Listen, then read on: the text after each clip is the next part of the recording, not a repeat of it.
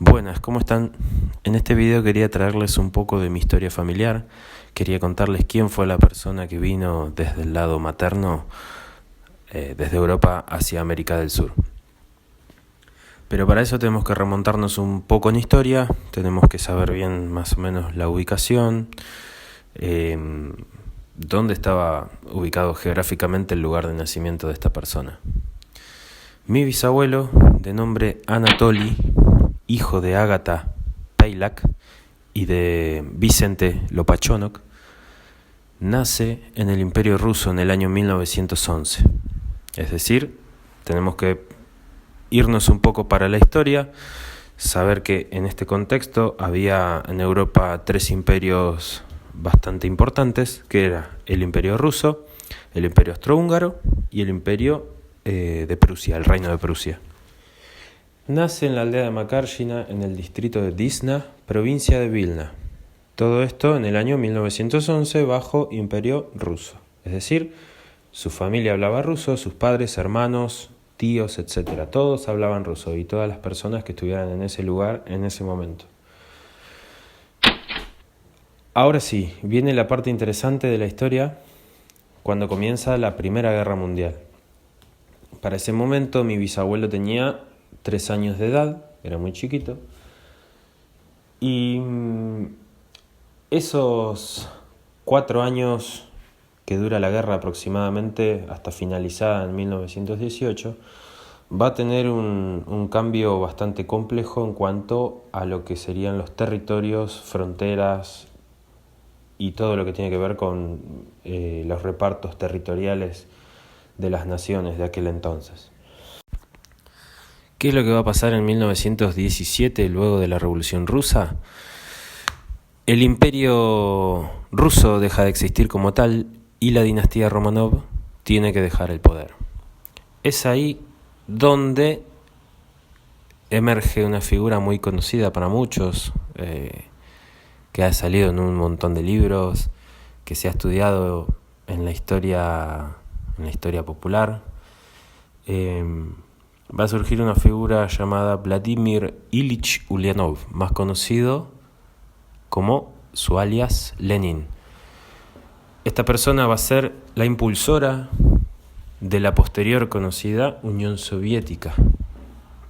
Es ahí donde se forma, en este lapso, finalizada la Primera Guerra Mundial, inicios de los años 20. Estos 2 años, entre el año 1918 y el año 1920, van a ser fundamental para la Unión Soviética y para la emergente nación polaca. Polonia va a tomar territorios por la fuerza, es decir, estuvo 200 años bajo dominio ruso, bajo dominio austríaco-húngaro y bajo el Reino de Prusia, y va a formar un ejército del cual se va a expandir territorialmente hacia Occidente y hacia el Oriente, hacia el lado este. Es ahí donde, comandado por el general Józef Pilsudski, van a emprender una expansión territorial y van a, en el año 1919, generar la llamada Guerra Polaco-Soviética. Es decir, esta guerra inicia en el año 1919 hasta el año 1920, donde Polonia va a ganar extensos territorios de la Unión Soviética. Bien, ya formada la nación polaca en el año 1921, con sus leyes, sus costumbres y sus delimitaciones territoriales, toda persona que en aquel entonces vivía anteriormente en el Imperio Ruso y hoy por ocupación polaca pasaron a vivir en territorio polaco, van a adquirir la ciudadanía, es decir, la nación polaca, a todas las personas, a todos los individuos que vivían en ese lugar, independientemente de su religión, color, formas de pensar, etc., iban a pasar a ser polacos. Es por eso que muchos de nosotros, de las personas que estamos hoy en América del Sur, que tenemos algún antepasado polaco, puede ser judío, puede ser católico ortodoxo, puede ser católico, puede ser protestante, etc. Puede haber infinidades de religiones, pero siempre en aquel entonces dentro del territorio polaco.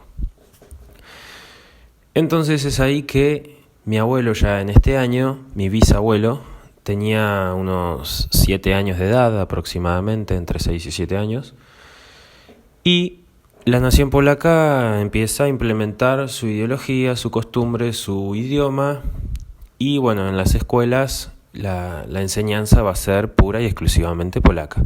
Tengan en cuenta, como dije anteriormente, que él bajo Imperio Ruso aprendió a hablar ruso, su familia hablaba ruso y ahora de la nada tiene que hablar polaco, tener costumbres polacas, etc. Cuando él cumple los 18 años de edad, en el año 1929, ya tenía la edad exacta para poder participar del servicio militar obligatorio. Su familia, como él era el más chico, decide enviarlo hacia América del Sur. Anatolio llega a Puerto de Buenos Aires el 1 de enero de 1930, junto a su vecino y amigo de la infancia, el cual comienzan en sus primeros años de estadía en busca de trabajos espontáneos, esporádicos. Y es donde allí, en los años 40, conoce a la que sería mi bisabuela y su futura mujer, la cual contrae matrimonio en el año 1948 y tienen 2 hijos.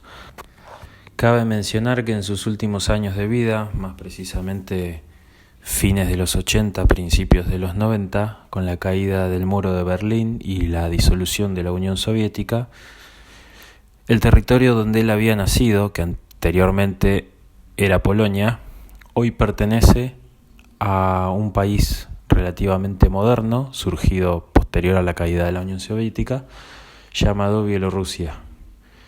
Actualmente la aldea donde él nació se encuentra dentro de este territorio, dentro de esta nación, y es en este contexto, en la actual Bielorrusia, donde parte de mi familia vive actualmente, es decir, los hijos o nietos de los hermanos de Anatolio. Del lado de América del Sur, acá en Argentina, tanto mi abuelo como sus hijas, entre ellas mi madre, mi hermano y yo, somos los únicos descendientes de parte de Anatolio, los cuales hoy mantenemos comunicación activa con ellos en idioma inglés y en idioma ruso. Hasta acá el video de hoy. En cualquier momento estaré subiendo otro video nuevo, haciendo mención de la cultura y las costumbres actuales de este país moderno, con costumbres soviéticas.